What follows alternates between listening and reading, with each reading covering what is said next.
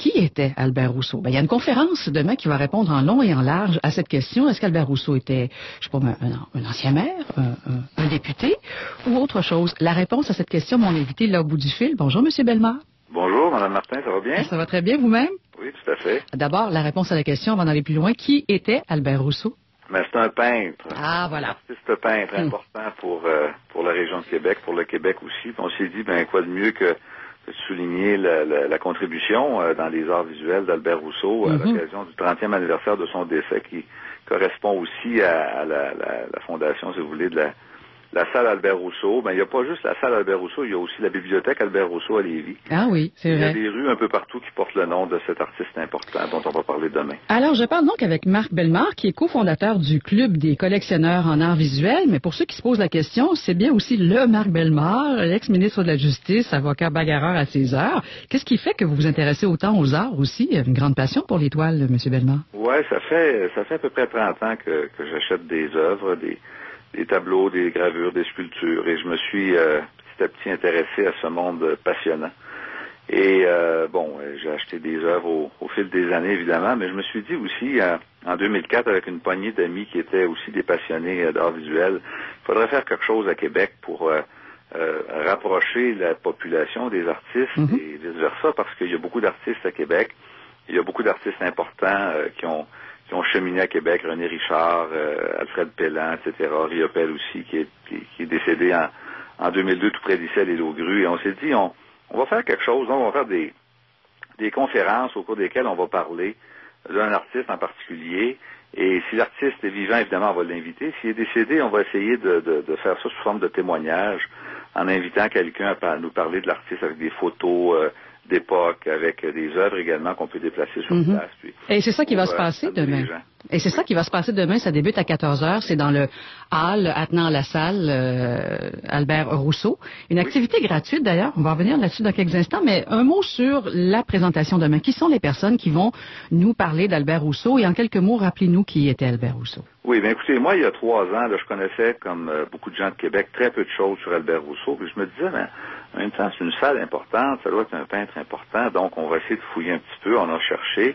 J'ai rencontré son fils Marcel Rousseau, qui est également un artiste et qui est un homme important des arts visuels, qui a écrit un livre didactique sur la couleur en 1990, qui est un homme très impliqué et qui a travaillé avec Albert Rousseau, particulièrement à la fin des années 60, début 70, c'était son père.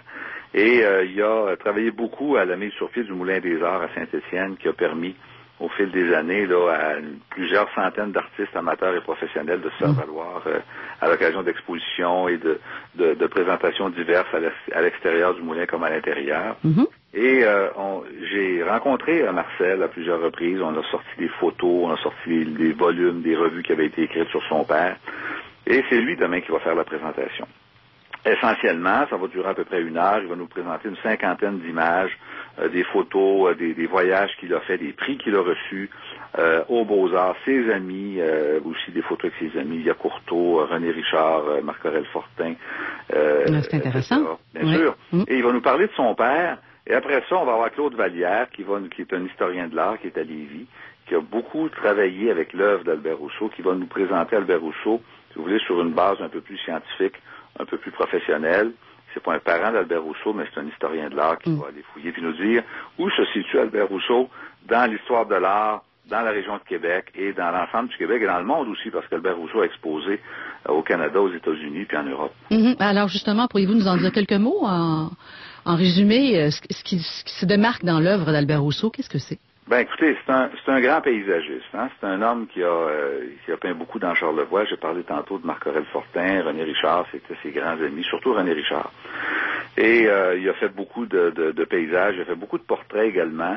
En 48, notamment, il a remporté le prix du Salon du Printemps pour un portrait de Roland Chenaille. Il a travaillé avec la gravure, il a travaillé avec l'huile, évidemment, essentiellement. Il a fait une série dans l'Ouest canadien sur les totems. Alors, une œuvre très variée, mais je dois souligner quand même chez Albert Rousseau son sens de la pédagogie. C'était un artiste important, mais c'est aussi un grand pédagogue, un grand promoteur des arts visuels.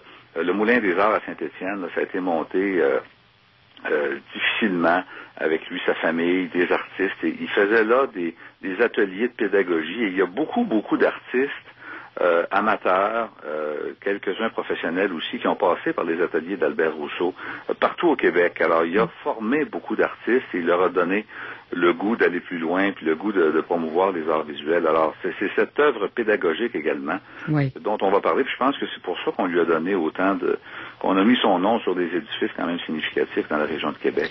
Alors, on rappelle que cette conférence portant sur Albert Rousseau, le peintre Albert Rousseau, sera présentée demain gratuitement à la salle Albert Rousseau, en fait, dans le hall d'entrée de la salle Albert Rousseau. Ça débute à 14h. Puis brièvement, pourquoi vous faites tout ça? Vous offrez ça quand même gratuitement?